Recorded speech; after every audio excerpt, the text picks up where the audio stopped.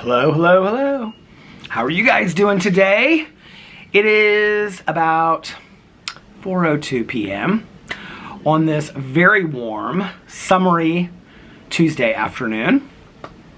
And I have been filming video after video after video. I have filmed a video on every single one of my channels except for my vlog channel, and now I'm vlogging. And I have been very productive today. I went to bed really early last night, so I have to tell you, let me move you guys a little bit closer. So when I got done vlogging yesterday, I was sitting here and I was like, well, I just kind of want to watch some TV shows and stuff. And, but I was like, I feel like I just need to like get a little bit of this weeding done. So I went in and I started it, and I actually ended up doing the rest of the weeding of like all of the major stuff. So all I have to do is go back in and just like pull up some of like the smaller grass and then lay mulch. That's all I have left to do at the walk. So I spent quite a bit of time, and I pulled up the rest of the weeds that were down there, put in my AirPods, and I listened to music. I was gonna listen to a book, an audio book, but I ended up just listening to some music instead. And so I pulled up all the weeds, and then Alex was watching TV in bed, and so I was like, I think I'm gonna put on my brand new Hokas that I've never worn and take a walk. And he was like, oh, that'll be good for you, babe. And so I was gonna take little Boo Radley with me. People are like, do you take Boo for walks? Okay, so Boo does not love to walk on a leash. He and Pee-Pee was a great leash walker, but Boo and Tucker were never great on leashes. Like they kind of just like stop. They don't really understand leashes.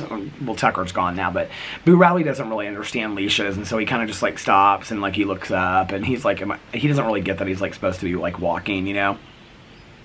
He's kind of more of an adventurer of sorts. He likes to just be in the yard and like run wherever he wants to run and like sniff wherever he wants to sniff. So he doesn't really understand the idea of like walking along like, you know, a path or like a street and just kind of like going along. But anyway, I was gonna take him, but he was like all like cozied into bed next to Alex, and so I was like, I'll just leave him. So I put on my Hokas, and I walked for about exactly, like right when I was coming up my driveway, I timed it, was 30 minutes.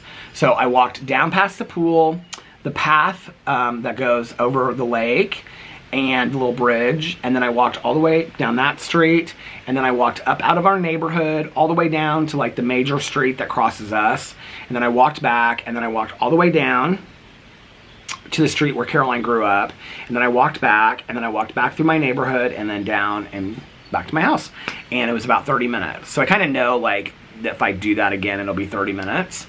And then I came back here, and it was so hot.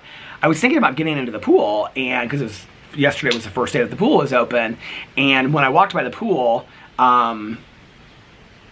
there was nobody at the pool. Like when we had driven by earlier, there were like two girls that were like hanging out at the pool, but when I walked by there was nobody at the pool. And so I looked at my phone to see what the temperature was, because if it was like 78 or something, I couldn't really tell. It still was like really hot outside, but I couldn't really tell. And so I was like, if it's 78 or 79, I'm not gonna go down to the pool, but like if it's like in the 80s, then maybe I'll get in the pool. And it was like 85 or 86. So I texted my neighbor and I was like, hey, do you want to go christen the pool for the first day open? Because I was kind of like, I was telling Tanya this yesterday. It's like I always wait until like the second or third week, it seems like. Maybe I am remembering wrong, but years past, it feels like I've waited, you know, until like the second or third week and then haven't really enjoyed the pool. So went up to the pool, we christened the pool, and it was freezing cold. It was freezing ice cold. It was like 60 degrees, 60 or 70 degrees, I don't know. It was very, very cold. It was okay before I got in like past my stomach, but if I got in like my head, it was like really, really freezing cold. And I stayed in about 15 minutes, and then we got out and just kind of sat there, and it was really pretty though. It was a really pretty day. I mean, it was cloudy, but it was still like, it was warm and it was nice. So, and then I came back and I got like really hungry, and I put on fresh pajamas, well, sweat shorts and a t-shirt, and Alex was still watching his shows. And so I warmed up some of my piata, and I ate it out here, and I watched this show that was on Hulu. It was supposed to be like a whole series. It was like a Dateline kind of thing, but there was only one episode. And it was about this woman who went missing in Connecticut, New Canaan, Connecticut, and she had 5 kids, and she was married to this guy from Greece, and there was all this evidence that like pointed to him, but like they still haven't found her body to this day and stuff. It was very sad. It was like 45 minutes, and I watched that, and Alex came out and he was like, do you want to watch Atlanta? And I was like, babe, I'm really tired. Like I was getting ready to lay down for like an hour and a half, and he was like, okay. So as soon as he went inside, like I went back inside and I was like, well, if you want to watch Atlanta, we can watch Atlanta. And I said, or we can watch it tomorrow night. And he's like, well, you have your meeting tomorrow night. And I was like, oh yeah, I totally forgot about that. And he was like, we can watch it later in the week. Don't worry about it. And I was like, are you sure? He was like, yeah, I've got other stuff to watch. Don't worry about it. He was watching The Flash, catching up on The Flash, I think. So I was like, okay, if you don't mind. And he was like, yeah. So I finished watching that episode, and I literally was like falling asleep watching this episode. And by that point, it was like 9:30 or 10 or something like that when I finished that. And so I went upstairs into bed, and I got into bed, and I was so cozy. I was so comfortable, and like Boo Radley was like pushed right against me, and Alex was watching his show, and I mean to tell you, like I fell asleep like that. I was like, I don't know if it was like from working in the yard and walking and going to the pool and everything, but like my legs were really sore yesterday after I got done walking. I think because I'm just not used to walking, you know. And but I was just, I was exhausted, and so I fell asleep, and I hadn't even, like, I don't think I even set an alarm, and so I woke up, and it was like 1 o'clock in the morning or something like that, and I had wanted to watch some shows, but I really didn't know what I was going to watch, because none of my shows, the new episodes, come out till later in the week, and I wasn't sure. I thought I might start watching Fear the Walking Dead to get caught up on it again. And I looked at the clock, and I was like, I think I'm just going to stay in bed. And so I ended up falling back asleep, like, rather because and then when I woke up, Alex was getting ready for work, and I had slept through the whole night, which apparently I needed. I must have really, like, needed the sleep. So, because I was pretty active yesterday. For me, I was pretty active. So, I know there are people out there that are like, Peter went to the pool and took a 30-minute walk, and he thinks he ran the Olympics. No, but for me, it's like pretty active, you know. But like I'm trying to get back into that, like doing that every day. Although I will say this, and I don't know if like I need to break them in. I mean, wearing a pair of shoes one time, it's not going to make them super comfortable. But all these people are like, oh my God, the first time I put on my Hokas, they were so comfortable, like they were like walking on clouds. They were not like walking on clouds to me. They really weren't that comfortable at all, to be really honest with you. I didn't find that they were that comfortable. I've had other shoes, other sneakers that I've worn for like the very first time that were super, super comfortable, but they weren't. They were, and they're like the perfect size and everything, which was kind of surprising, like ordering them online. I don't know what I expected from them, but they weren't super comfortable. I don't know. It's going to probably take a few times of wearing them and walking in them for them to get more comfortable, which, I mean, I'm going to keep on wearing them, so. But anyway, I'm drinking some iced coffee. And, yeah, so then Alex left for work this morning, and I got up and took Boo Radley out, and then went back to bed for a little bit. And we got up rather early today. And then I filmed a drama video, a review video, a booktube video, a Peterisms video, and then I walked to the pool and I did a Peter Does Stuff video. And those videos are all uploading inside right now. And so I was like, I'm gonna sit down and I'm gonna vlog.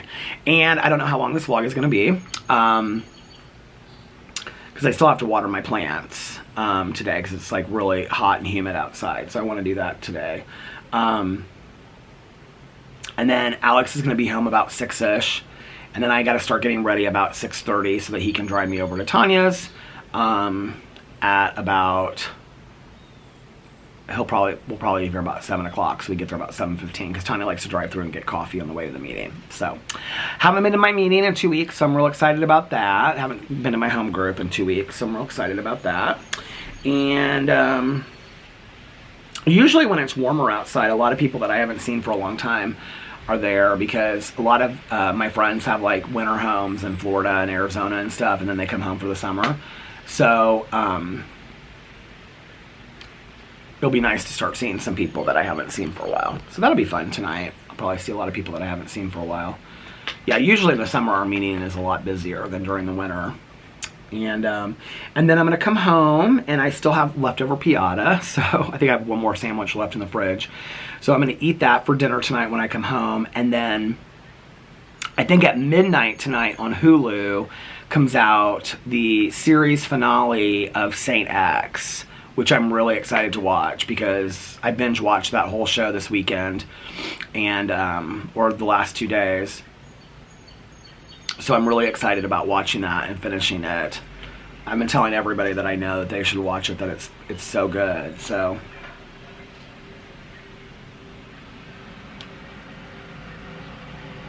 I'm really excited about that. There's a lot of like people working on houses today. I heard there's like a lot of construction stuff going on in the neighborhood today.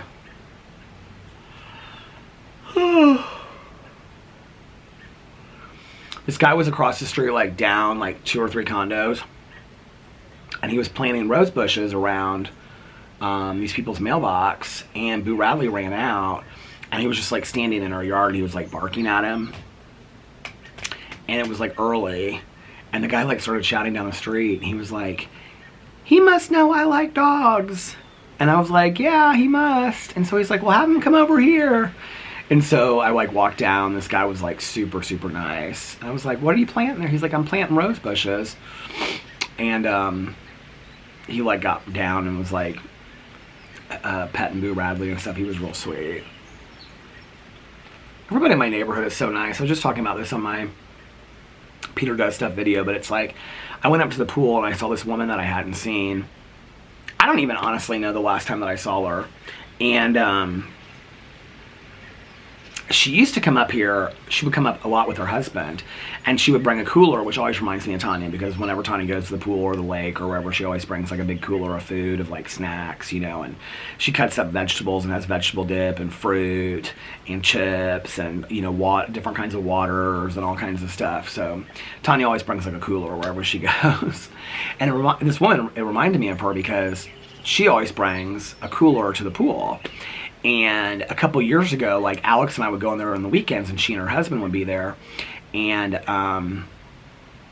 she would have like melon and like watermelon and different kinds of fruit, but then she would have it in bags where she like put that tahini powder in it, which Alex loves, and she would shake it up so that like all the fruit had that tahini powder on it, and she would like feed us this fruit and she'd be like, "Do you guys want some of this fruit?" Because it'd just be like the 4 of us up there, and Alex would be like, "Oh yeah, I love that." And so like she would like have like all this fruit out, and she was super, super friendly. And she and I would talk about books because she loved to read thrillers and stuff too. And so we just started talking, and her husband was really nice, and he was like retired, and he was like 3 or 4 years older than her, and she was like still working and whatever, and they had like, they loved this neighborhood because like her mom lived in this neighborhood, and so like they wanted to buy a condo in this neighborhood, and then they like the condo that they wanted like came available.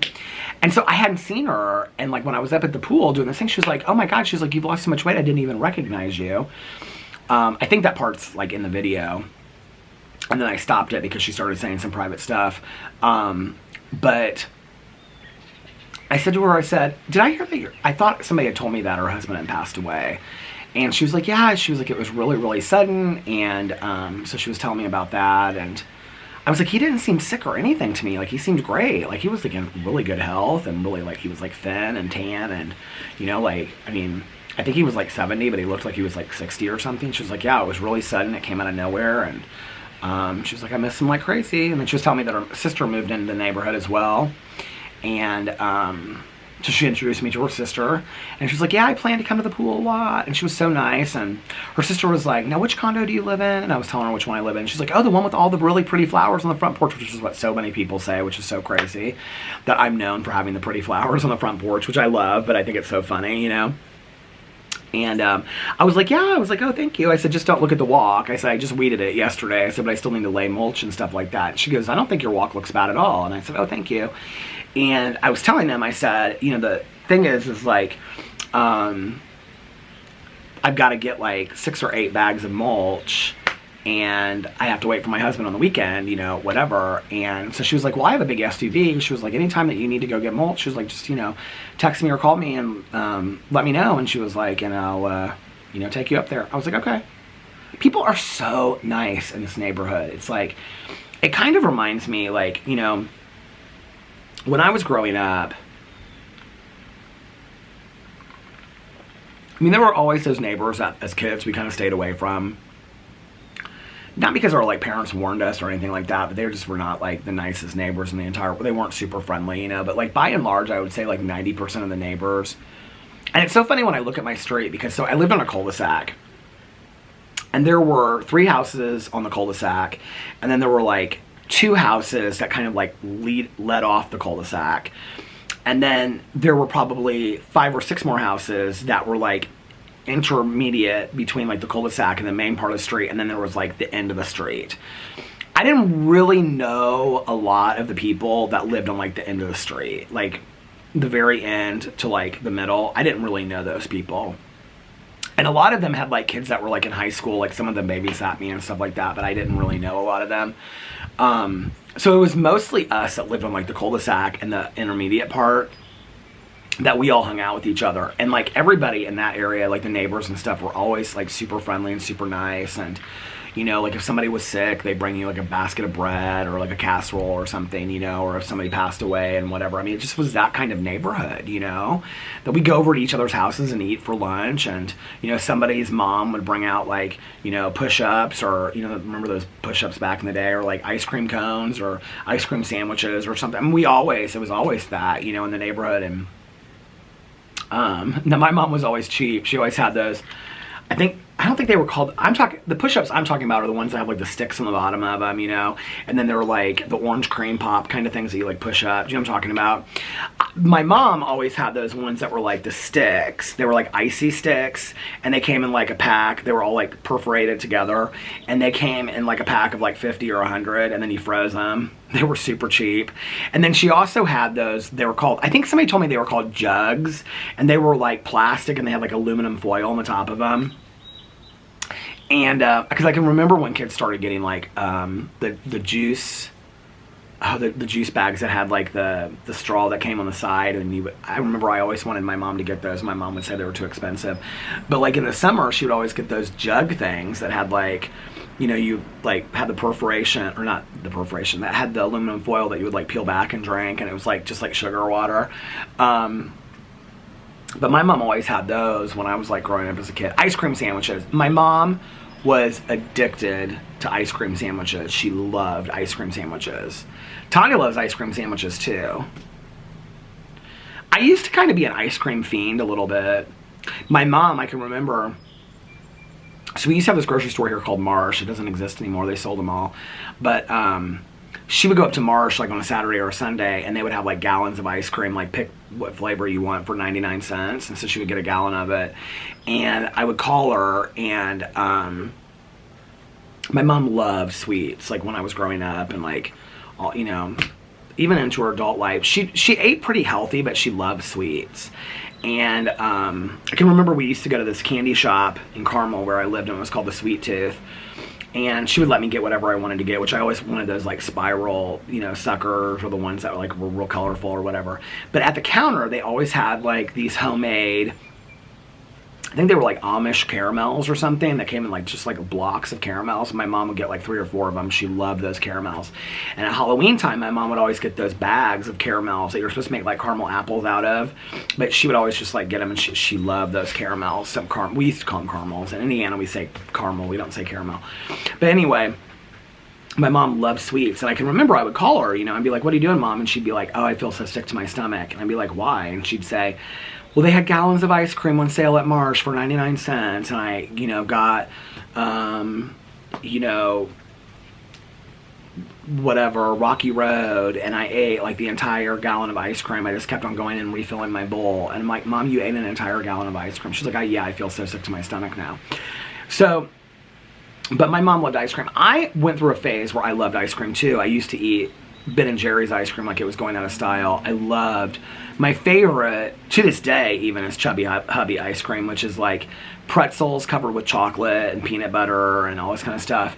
And I can't find it very often. I have some Ben & Jerry's Netflix and chilled in the freezer, but ever since I've been sick, Like one night I ate like one spoonful of it and it about made me gag, and I just was like, I can't do this. And I just anymore, I just don't, I can't eat sweets and I can't eat ice cream. It just doesn't sound good to me at all.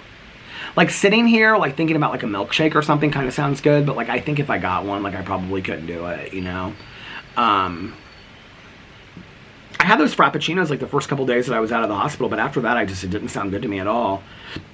I remember my mom talking about iced milk when I was growing up as a kid, because my mom would always get like the off-brand, really cheap generic ice cream, and I can remember complaining about it or something one time, and she said, well, be thankful you're not eating iced milk. And I was like, what's iced milk? And she was like, well, we were really poor growing up. Iced milk is like different than ice cream. It's like cheaper version of it. And she was like, and it doesn't taste good. And then I can remember one time somewhere I had maybe bought the wrong thing or something, but I got iced milk, and it basically just tasted like, you know, like when ice cream kind of like is like has like freezer burn on it. It's like that top layer of freezer burn. That's what iced milk tastes like.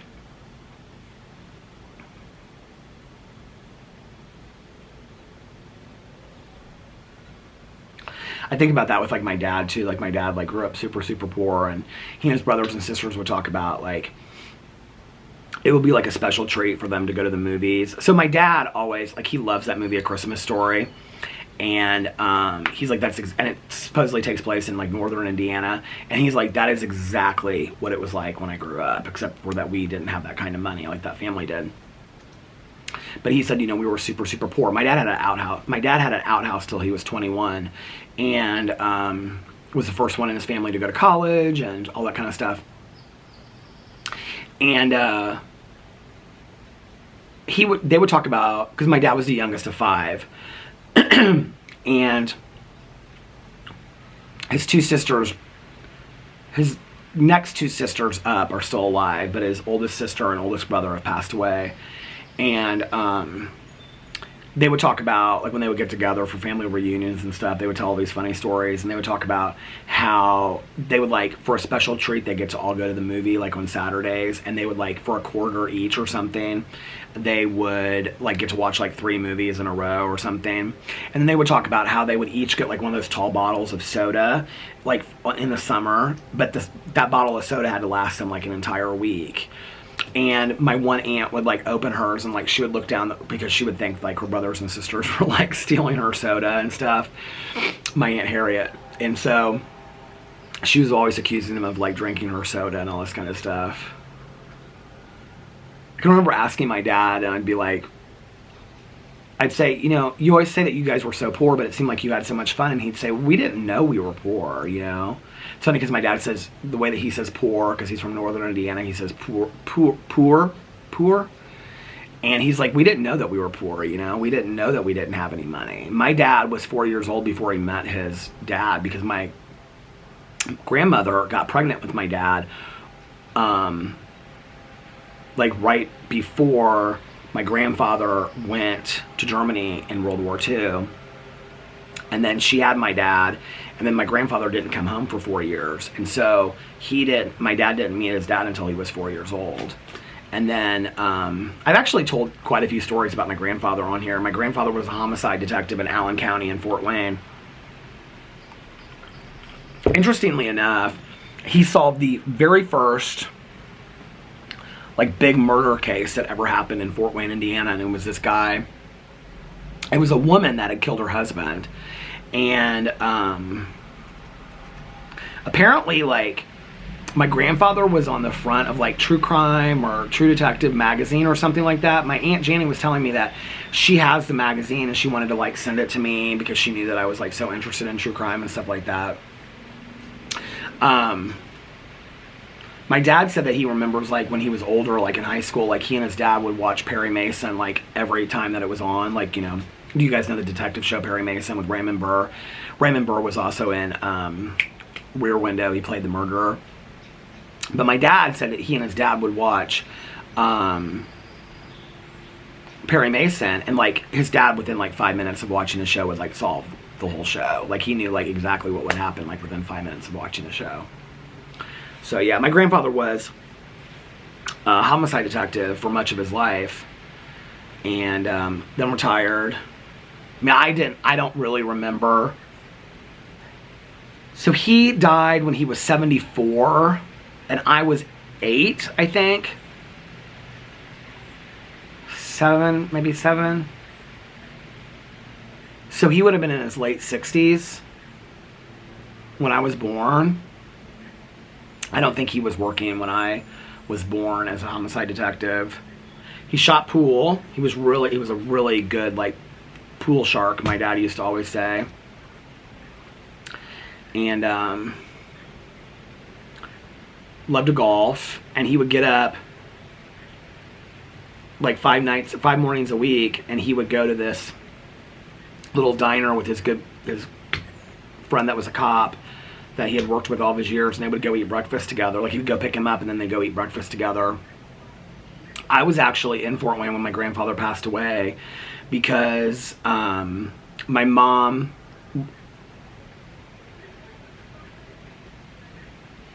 I think that was the year before my parents because it was August, and it would have been the year before my parents got separated, so I would have been a lot younger than that. I would have been like 5 or 6. Because it was the January after that my parents got separated. But my parents used to get tickets to, it used to be the clay courts, and then it became the RCA tennis championships here in Indianapolis, and they would get like box seats with my dad's partner, and they would go to it like every day. And my mom was really good friends with my dad's partner's wife, and so they would go, like, my mom and my dad's partner's wife would go like every day, and so that whole week, because it was a week long, they would have me go stay with my Aunt Janny on her farm, and they thought it was like a good way for me to like go up and see my relatives and whatever, and then they didn't have to worry about getting babysitters and stuff for me, and they were going to see the tennis, so that was always the week that I would go and hang out with my Aunt Janny. And I was up there, and my grandfather, they were coming back from breakfast, and he and his friend, and my grandfather just slumped over at the wheel and had a massive heart attack, just died instantly. And his friend like had to get over and like veer the car off the side of the road, and he was gone. He's had like a massive heart attack and like died. He was 74. My grandmother was 93 when she passed away. And she was really, really healthy until the very end. And then she had like a bad hip. And she fell in her house, and then she went to the hospital. And something happened to her at the hospital. I don't remember. It's been a long time since she passed away. I don't remember what happened. But she got something while she was in the hospital. And then she passed. She was in the hospital for a long time. And then she passed as a result of that. But she lived to be 93. My dad's side of the family, like, they live very long. My dad's brother lived to be until he was 90. My dad's sister lived until she was like 88. My dad's aunt is going to be like 90. My dad's sister is going to be 90. His next up sister, or maybe she was 90 last year. Their older sister is like 95. Here comes my neighbor to get the mail. My mom's family, not so much. My grandma died at 67. And, what's up? How are you? Good, how are you? Well, I finally turned on my air conditioning. It's about time. I got up to 77. It's like, that's it. He finally turned on his air conditioning. He said, it has been hot. Like, the inside of our house has been really hot. But my grandma died, my mom's mom, at 67. And she was having gallbladder operation, and then she died from complications of emphysema because she was a super, super heavy smoker, like 3 or 4 packs a day. And then my mom died at 64, and then my aunt, I think, passed away at 73 or 74. I was just telling Caroline this the other day. It's so strange because she had to have been older than that, because it's been like 5 or 6 years since she passed. And she was like a year and a half, 2 years older than my mom. And my mom would be 80 this year. Which is so bizarre to me to think that my mom would be 80. Like, it just seems unreal to me. It stopped. He wasn't in a real talkative mood. He went right back inside where he got his mail. He'll come back out. I think he's grilling out tonight, so he'll come back out and tell me what he's grilling and stuff. So I wanted to do the pickleball. So here's the update on the pickleball. I wanted to do the pickleball, but they changed the day. It used to be Wednesdays at 5:30. And he told me, he said, because I said, can you teach me like one-on-one? He goes, no, not really. He was like, you're just going to have to get a racket and like join the league and start. And I was like, why? And he goes, because pickleball's really like for 4 people. He's like, it's really, you can't really like, you can't play singles like in tennis and stuff like that. And he's like, so what I recommend is you just get your racket and then join the league. And he goes, they're not going to care. He goes, like, you know, none of us are really that good anyway. And we'll just like sub you in and we'll teach you as we go. And I said, okay. And I was getting ready to get on Amazon and buy my, you know, racket and everything. He told me which racket to get, medium-sized racket and all this kind of stuff. He even recommended, you know, certain things to me.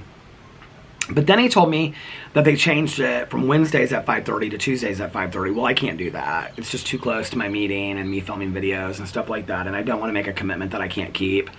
So I told him, I said, if they switch it back, or they do any other day, let me know. And he was like, okay. And I haven't talked to my neighbor yet about the water aerobics, but I am going to offer up my services of being the water aerobics instructor. So for everybody that mentioned that, I think I could do it. I think I could just like find some stuff online, you know, like on YouTube and whatever, and I think it would be fun. Now, I can tell you that I'd be super nervous to start it. Like, you guys see me on camera telling stories and flipping fans and all that kind of stuff, but, like, that's one thing. But, like, to actually get in, like, a pool with, like, 5 or 10 other people and, like, lead a water, like, I would be so nervous doing that. But I think I could do it. I think it would be good for me.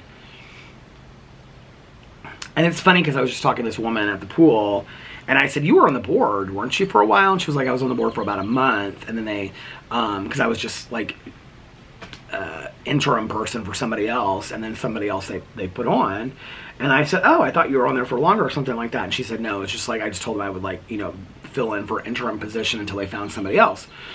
And she was like, why are you thinking about doing the board? And I said, well, I mean, I thought about it from, like, you know, year to year or whatever. She goes, it's a really good way to meet people and whatever. She's like, you should think about doing it. She's like, you know, it'd be good for you. And I said, okay. I said, I'm gonna think about it. So I'm thinking about doing the board. And then if I didn't have my meeting tonight, I would walk, because I enjoyed doing that last night. And I didn't even take my sleep aid, my magnesium sleep aid that I got yesterday. I didn't even take it, and I crashed out completely.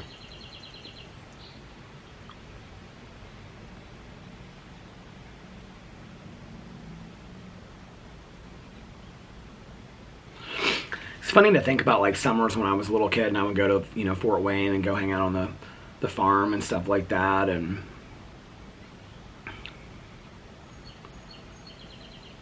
I was only there for a week, and my aunt, like, they grew corn and soy, I think, and they had steer and lamb and stuff like that. And so, like, right next to her house, she would let me plant corn, but then, like, every day she would come out, like, without me knowing it before I got up, and she would, like, plant, like, a little stalk to make it look like it had grown. Because, I mean, obviously corn wasn't going to grow in a week. So that by the end of the week, I thought I had, like, this tall, like, stalk of corn that I could, like, take home and be like, I grew my own corn, you know. I think that's so sweet that she did that for me. It's crazy to think, like,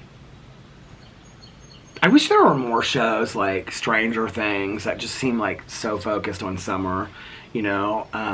Hey! Her dog got a haircut, except for its tail and head. Everything else is shaved down on the dog. This different person that has a standard poodle. The other person, they just let their dog kind of like, looks like a mutt, like Boo Radley, but her standard poodle, she like had like the head was like done, and then like the tail was done like fancy, and then like the rest of it was like shaved. Looked like the standard poodles in like 101 Dalmatians. But anyway, I wish there were more of those like kind of like blockbustery kind of like movie shows, you know, that were on in the summer when we were kids. I don't know, or summer is just such a time of like magic and wonder. I can remember getting out of school and just feeling like summer was forever, you know? That like summer just lasted forever. I remember, you know, early summer and just feeling like the whole summer was like just ahead of me, and what were we gonna do, and all the plans and all the things that we were gonna do in the whole summer, you know. And then it kind of ended with the state fair, because the Indiana State Fair is like a huge thing in Indiana every year. And it used to be like, I feel like the 10th through like the end of August, and now the state fair is like earlier, I feel like, because a lot of the kids that are involved in the state fair, like Future Farmers of America and the agricultural groups and stuff like that, like their school starts earlier, so they have to have them out of the state fair before they, or what they do is they like show all the animals and stuff like at the beginning. My cousins, so my aunt and uncle that lived on a farm, my two cousins, which the female cousin is, she lives in Indianapolis, but she's probably my closest cousin on my dad's side that I'm the closest to, that I've stayed in touch with through the years. And she's like, I'm as close to her as like I am to like Caroline on my mom's, well, I mean, obviously Caroline's my only cousin on my mom's side. But then my other cousin is like the one that I'm closest to, like on my dad's side. And she's like 10 years older than me, but she and her brother showed like livestock at the fair, and so they would come and stay at the fair. And I can remember, I don't remember what they used to show, but they would have like these little areas set up that had like fans and microwaves and TVs and cots, like where they would sleep. And I can remember I would just like want to sleep there so bad and stay with them. I thought it was like the coolest thing. It's like they had these little apartments, and it was like, you know, it was in the area like the barns where they had like all the animals, and so they would sleep like right next to the animals and stuff. But they would have like these little areas that were like fenced off. Like when you go to the fair today, you can still see it. There's like all these different areas, but now they're like big, like people have like gazebos and, you know, super like big deal fans and, you know, massive TVs. And it wasn't like that. It was like the TVs were like that small back in the day, you know, and it'd be like a little whirling fan, and it was because it was so hot in those barns with the animals and stuff. And but I was so jealous. I always wanted to stay there. I'd be like, Mom, can I please stay here? And she'd be like, no, you can't stay here. They've got stuff to do. And then my Aunt Janny would take me to the carousel, and I would say, one more time, Aunt Janny, one more time. Like every time I would go around, she'd say, okay, one more time. Even after my parents got divorced, my mom stayed like really in close contact with my dad's brothers and sisters. Well, two of my dad's sisters she stayed in close contact with. And the other sister and brother, it wasn't because she wasn't close to them. It was just because I think like they never came down here, or like they had like their own families, big families and stuff like that. And I mean, she would send them Christmas cards and they would send her Christmas cards, but I think like they just kind of fell out of touch through the years. Although at my mom's funeral, like the whole group all came down, like everybody, all my cousins, all my aunts and uncles, like everybody, which would have meant, I don't know why I'm gonna get emotional thinking about this, which would have meant so much to my mom, you know, like,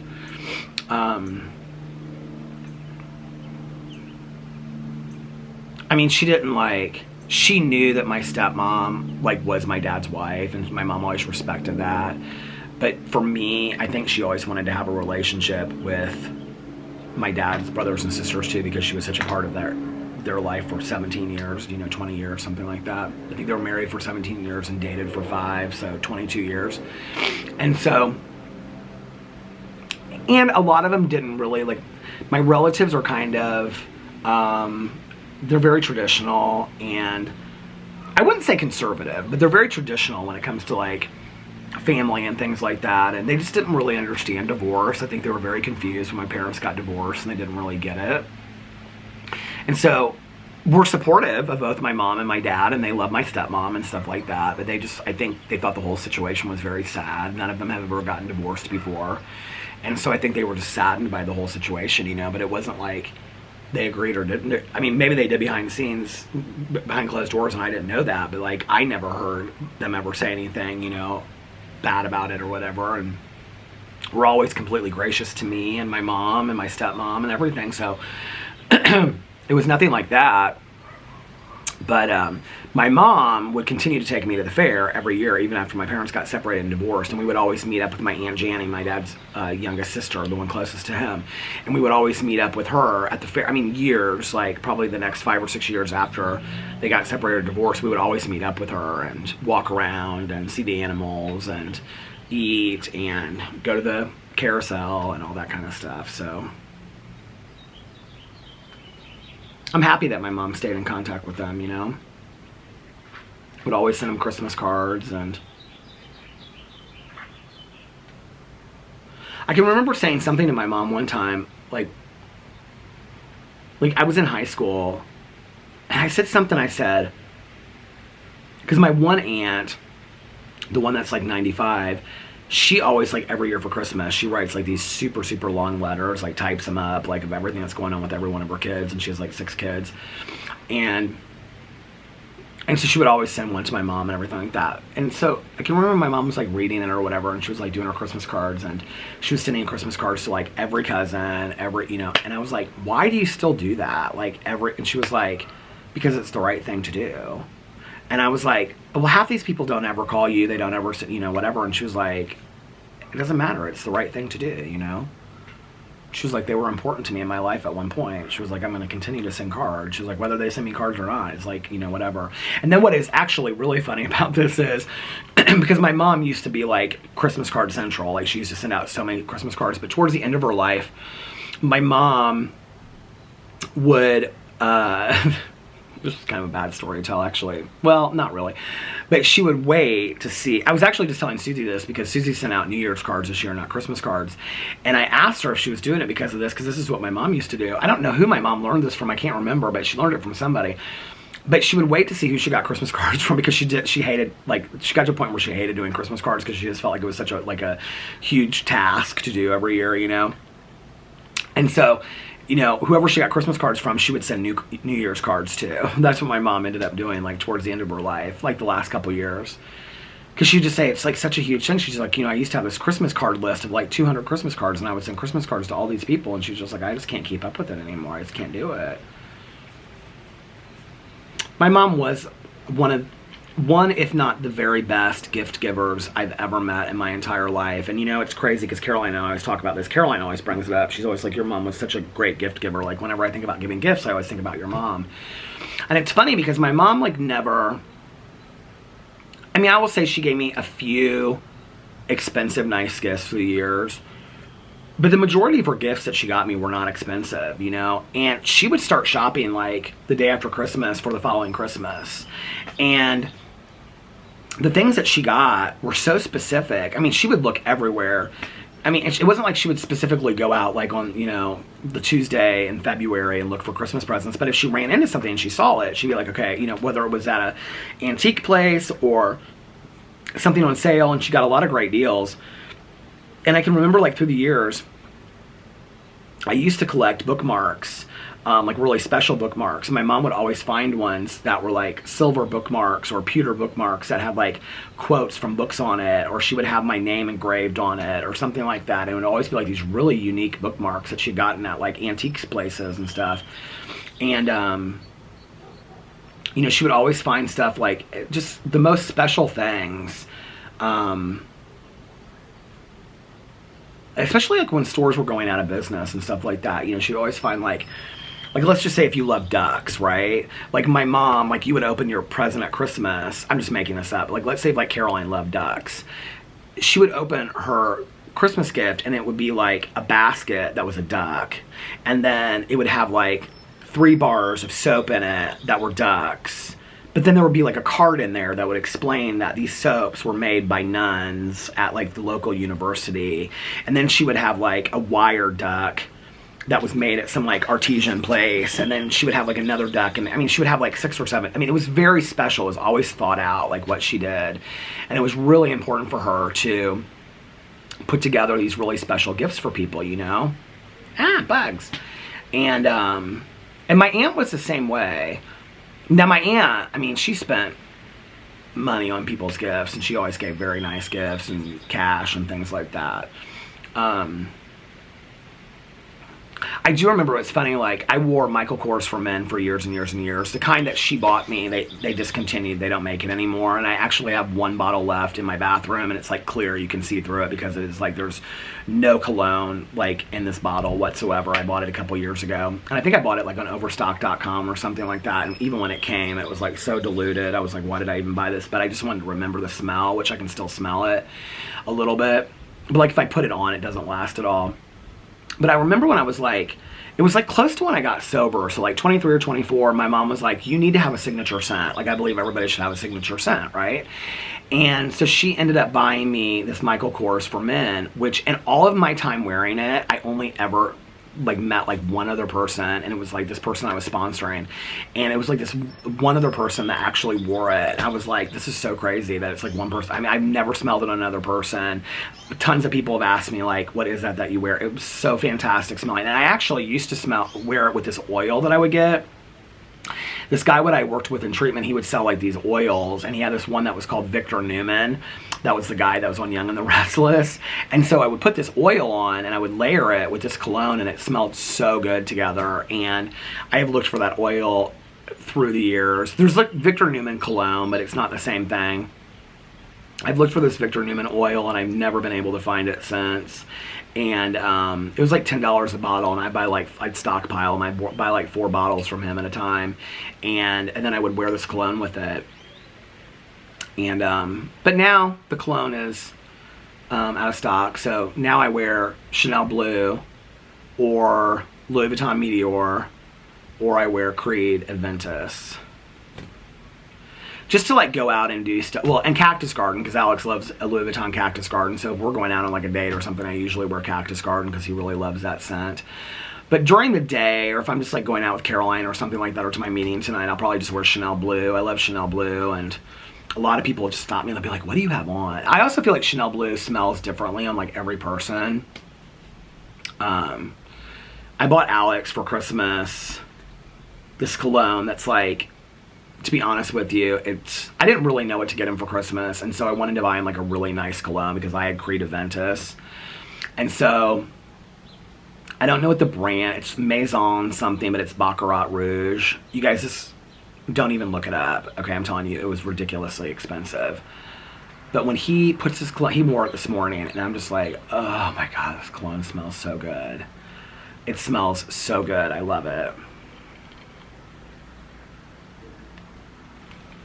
But I do love the idea of people having a signature scent. People always, whenever I say this about Michael Kors, they like send me pictures, or they'll be like, oh, they still make the Michael Kors for Men. They don't make the Michael Kors for Men. The one that I wore was like a brownish kind of color, like a tan color, and it had like a black cap on the bottle. They don't make it anymore. They make one that's blue, I think. It doesn't smell anything like it. None of the colognes that they have smell anything like this. I don't know why they discontinued it. It was the most fantastic cologne in the world. Probably because nobody was buying it. Which is why I've never, like, only ran into one other person that wore it.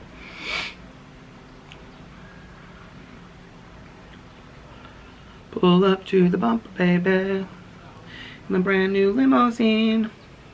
I wonder how my videos are coming along. Where am I at on time? Oh my God, I've vlogged for almost 50 minutes. Which means it's probably almost 5 o'clock, and Alex is going to be home about 6. I'm going to still have like an hour. Oh my Lord! Oh my Lord, I can't even believe it. Who's out here on the street laughing and talking? I'm kind of getting hungry a little bit right now, but I want to wait until I get home from my meeting to eat, because I know I'll really be hungry then. We ate brunch yesterday, and I only ate like half my bagel and like 2/3 of my omelet. And I got so hungry last night.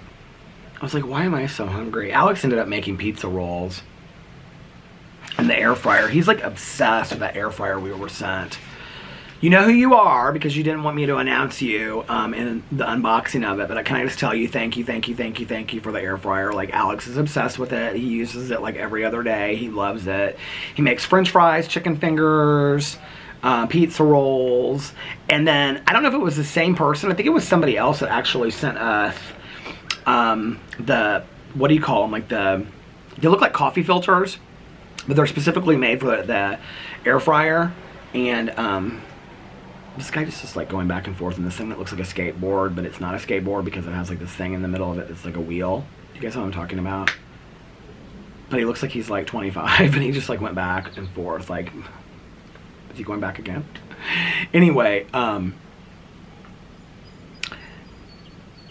he kind of looks like the guy from, I don't know why I keep on thinking of Stranger Things, but he looks like the guy in Stranger Things that was the girl with the red hair who was in The Whale. It was like her older brother that got killed. You guys know what I'm talking about? Anyway, and Alex uses those like air fryer things like all the time. He like swears by them. I keep on meaning to do this PO unboxing because everything is like on my kitchen counter, and school must be out. There's tons of kids walking through our neighborhood, and so there's like 3 girls walking through our neighborhood right now. They look like they're about 12 years old. And like kids are like riding their bikes and skateboarding through our neighborhood and stuff like that. Our neighborhood is so quiet, and no, there's hardly ever any cars on the street. It's like the perfect neighborhood to like ride bikes and skateboard through and stuff like that, which doesn't bother me at all. I could care less. So, I mean, it's still so quiet in here, but yeah, people send me such nice things, and I've been getting a lot of messages, and people are like, this is going to be sent to you on such and such date, and this is going to be sent to you on such and such date, and whatever. And so I'm like trying to like write it down so I remember like to go to the post office. But really the only time I go to the post office is with Caroline, like once a week. So I try to do my best to make sure that like I can get there then to like pick up everything. So now, because Caroline and I are hanging out on Thursday, I'm like, I feel like I should just wait until I go this week to get whatever's there so that I can open it on Friday and just do like, you know, all-inclusive PO unboxing so I don't have to do another one, you know what I mean?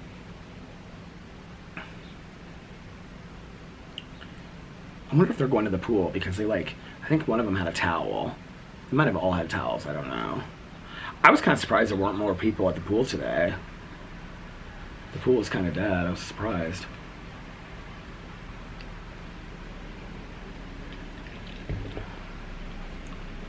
And I was surprised that people weren't in the pool. Like, usually, like, little kids and stuff will get in the pool. They don't care how cold it is, you know what I mean? Well, there were no little kids at the pool today, so.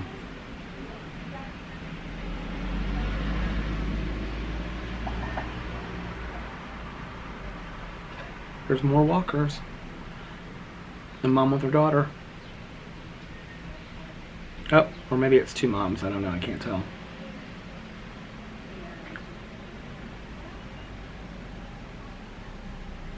When I was walking yesterday, it was like every car that was coming towards me was like they all waved. They waved out their window and everything. They were so nice. I was like, I live in such a nice neighborhood.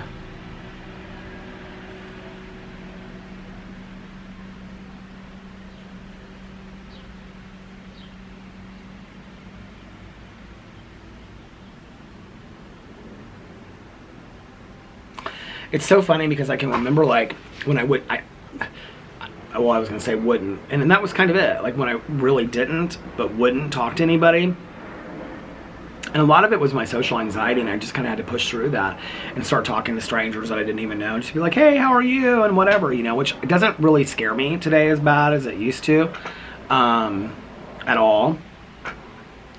But when I started becoming more willing to talk to people and being friendlier, like I was met with friendliness as well.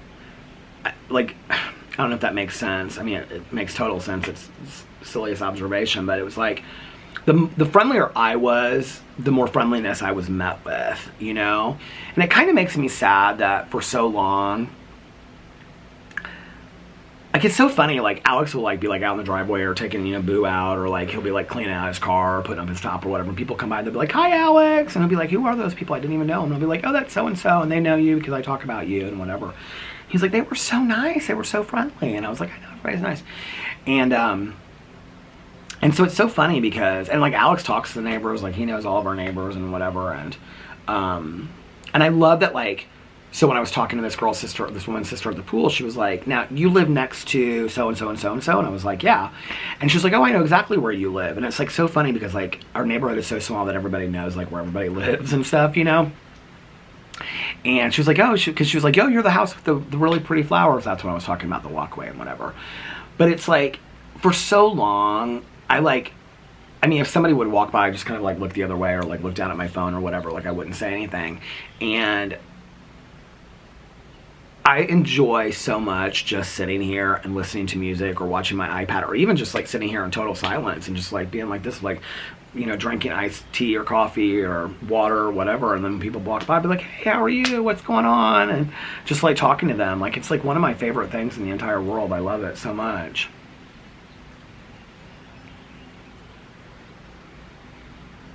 And I really wish that I would have done it years ago. You know, I really wish that I would have gotten out of myself and been friendlier to people years ago. I don't know why I didn't. I don't know what I was so afraid of or whatnot, but it was silly. You know, I should have been friendlier to strangers. I should have been friendlier to my neighbors, you know. We've kind of always been friendly to our neighbors that live next door to us. We've had like 3 that have lived there. Just only one couple wasn't super friendly to us, but they weren't there a lot. Oh, my battery just went to the halfway mark. The other people, like one couple, like they were gone, like they would be here like a month and then they would be gone a month because they were just here to like visit their grandkids and their kids. And they would always let like Alex, like they would text, like Alex still texts her to this day. And like they would text Alex and be like, we're going out of town tomorrow, you can use our garage. And so he would park in the garage and stuff like that. They were always really, really friendly. And she's really good friends with the woman that lives on the corner now. And that's actually how she found out about that condo, was because it went for sale and she knew it. And so she moved in like right before they moved. And they actually bought a house like right up the street from us. They bought a house, not a condo, because they wanted like a pool and stuff for their grandkids and whatever. So that's how they moved in there. And then we just lucked out with our neighbors next door that moved here. I mean, they are just so fantastic. And they moved to Indianapolis for their kids and their grandkids as well. And they're just so fantastic. And then the people across the street, they lived in Irvington, which is like a really small area of Indianapolis. It's like historic homes. It's where we went to the Halloween festival a couple years ago with Melissa, and they have like a Halloween parade every year, and they have like this church that has like seances. I think I might have filmed some of that for a vlog or whatever, but they used to live in Irvington, like a historic home, and they wanted like to live in more of like a neighborhood like this, you know, so after they retired, and so they moved here. And then my neighbor next door, you know, she's younger and whatever, and she's super friendly, and we just have like a really great like corner right here. Like, I'm so thankful for it, and everybody's so nice and just so welcoming, and I just feel really blessed about it, you know.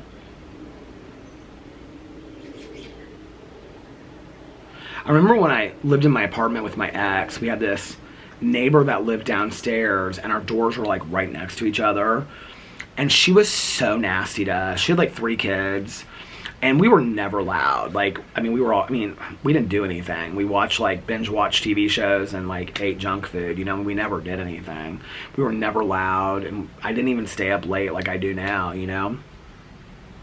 And she was always super rude to us, like whenever she would see us. She probably, to be honest with you, was homophobic, and I just didn't even pick up on it back then, but she was always so rude to us. And I remember, like, she moved out, and it was like, she moved out like my ex and I broke up, and then I stayed in that apartment until I moved in here full time, but I was going back and forth, like after my mom passed away. Oh, my neighbor's home across the street. And so I stayed in the apartment, and she moved out like a month before I did. And like, I saw her at the grocery store like a week after she moved out, and Tanya and I were like at the grocery store together. And I remember she like looked at me, and she like said something under her breath, and it was like real nasty. I don't even remember what it was, but she was so nasty to me. She said something like really rude, and I was like, you literally were my neighbor for, I mean, she was my neighbor for like 4 years and never said hi, never talked, nothing. I mean, she was always just so rude to us. And we did nothing to her. Like, I don't know what it was, you know? And maybe that's just living in an apartment. But I've known other people that have lived in apartments that have met like great friends and, you know, loved their neighbors and whatever. And our apartments back then too were kind of, it stopped. Our apartments back then were also kind of like condos. Like each one had a private entrance. It wasn't like you went into like a main part of the building and like, you know, they each had like a private entrance to it. And like you would walk into our door and then it was like once you came into our door, the steps up went into the apartment. And so, and hers was like, she had like a 3-bedroom apartment or whatever. I just don't understand. So anyway, I don't know. But I would always say, like, I would always, like, wave to her and stuff like that. And she as soon as I waved, she'd, like, turn away. To this day, I have no idea what it was about. Caroline's real friendly with her neighbors. She's, like, really close with a couple of her neighbors. And she loves her neighborhood. She was at our community pool yesterday. And she was hanging out with everybody. And she was having a good time. And Tanya loves her neighbors. But we lived in here for a long time before I was like really talkative to people and stuff. I don't know, it just kind of makes me sad in retrospect. I wish I would have been more talkative, you know. I'm gonna go check my my other videos, and then I'm gonna get another battery so I can talk for just a little bit more because it's probably gonna die here in about 5 or 6 minutes. And then I will be back in 2 and 2. Okay, I'm back. I was having a little bit of trouble trying to get my camera on my tripod because it doesn't want to like wind on there. And I think it's because I've used this tripod for so long now vlogging that it's kind of started to like sand down the grooves or whatever. And I have another tripod exactly like this tripod inside. I think I must have bought like one for Alex and one for myself. And so I have the exact same tripod inside in a drawer, and I just need to go in there and get it and start using it. I think about it often, and then I never do because this one doesn't want to work very often. And then I uploaded my Peterisms video, and I uploaded my review video, and then I started uploading my booktube video, and then I started rendering and I put together and started rendering my Peter Does Stuff video about going to the pool. My drama video is done uploading, and I got to put it all together, and then now I'm vlogging. So I just wanted to kind of come back and say goodbye to you guys and all that kind of stuff. I should have just probably done it in the other one while the battery was there, but I wanted to go inside and kind of check how things were going and whatever. So yeah. And now I'm going to go inside and finalize all that kind of stuff because I got it started, but some of it's probably, I was like walking around the kitchen and putting stuff away and whatever, so it's been a little bit more time, and I'm going to need to start getting ready here pretty soon to go to my meeting, which I'm super excited about, to go to my meeting with my good Judy, Tiny Jean, and we'll get coffee and then go to the meeting and see some old friends, and then after the meeting I'll come home and I'll have my leftover piata sandwich and I don't know, maybe rest a little bit and then wait until midnight so I can watch Saint X, the season or the series finale. I'm excited about that. And then I think I'm going to start watching Fear the Walking Dead again, and I'm going to try to get back into it. I think I'm kind of done with Below Deck season. I'm on season 5, and it's the episode where Bugs comes on. They hire, like, Captain Sandy hires Bugs back. If you guys don't know what I'm talking about, Bugs is the one that Hannah doesn't get along with, and that she told Hannah that she was a horrible, like, first stew and all that kind of stuff in the previous season. I'm not a huge fan of Bugs anyway, and I know that Hannah is, like, direct and can kind of be, like, come across as nasty sometimes and stuff, but I also know this is the season when Hannah gets fired, and I don't know, I'm just kind of like not really wanting to watch all of that and the bitterness of it, and so I'm kind of like, I kind of stopped watching Below Deck, and I'm kind of, I haven't really, other than the Housewives, been like really into reality TV lately, which is why I'm trying to like figure out what show to watch next. And so Manifest I think comes out this week, which I'm excited about, and then I feel like I need to get back into Fear the Walking Dead and just finish it and just be done with it. I think I have like 3 seasons left. I think I counted, and I had like, at the time that I counted, I had like 64, 65, I think it was 64 episodes, which now is probably like 60 episodes that I have to watch. So, I mean, if I watched 3 to 5 episodes a night, which is typically what I watch, I could have it done in like a week and a half, you know? It just got kind of like really boring, and I kind of got over it, and it just felt very repetitive to me of like the season that I'm on, which is the one with the girl with the camera, and she's recording everybody's story. It got, and it was funny because I can remember Tanya talking to me about it, and she was like 2 seasons ahead of me, and I didn't know what she was talking about. And she said, I said something to her, this was like months ago, and I said, where are you at in it? And she goes, I'm at the part with the woman, where the woman with the camera is, and I'm so over her with her camera. She goes, I can't wait till I'm over with the season. And so when I got to that point, I said, oh, I totally know what you're talking about. Like, I'm so just tired of this whole like storyline. And Tanya said, just keep up with it because the next season is really, really good. Like, it picks back up. And she's like, but you got to get through the season. And so, and I mean, I like the character of the woman with the camera. I'm just kind of like, I feel like this season is just like so dragging on and on and on. And I want something that's like really entertaining to watch. So, I don't know, I guess I just need to keep up with it and whatever, but... And it's now back on. I think it's like 3 episodes are out of the new season because Tanya's watching it and she said this season's really good. So it's not like I can't watch it, you know, after the whole season's out or whatever. But she said she thinks they're doing with Fear the Walking Dead what they're doing with Manifest and what they did with Stranger Things, which is where they're releasing like half the season and then they're going to come back like 6 months later and release the other half of the season. I don't know. I feel like I read that somewhere, so maybe they are doing that. Maybe I've already talked about it on here. I don't know. But yeah, I just kind of need to like bump that out and finish Fear the Walking Dead because I want to start watching Ozark. And I don't want to start watching Ozark, which is like 4 seasons or 5 seasons. I think it's 4 seasons. And then I want to watch Yellowstone. But I don't want to start watching 2 shows that are like seasons in. And then I'm watching an episode here and an episode that I'm going back and forth. I don't want to do that. You know, it's one thing to like have one show that's like 8 episodes and like... My life is so difficult when it comes to shows. I know.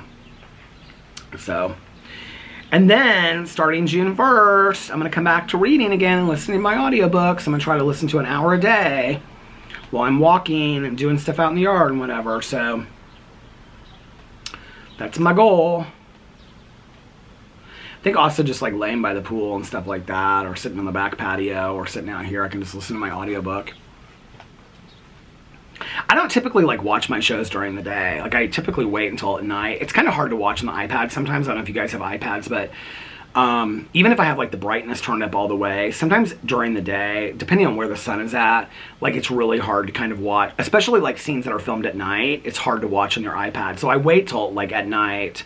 And I actually plugged in at all times over here. I have a extension cord that I plug my iPad into so it doesn't the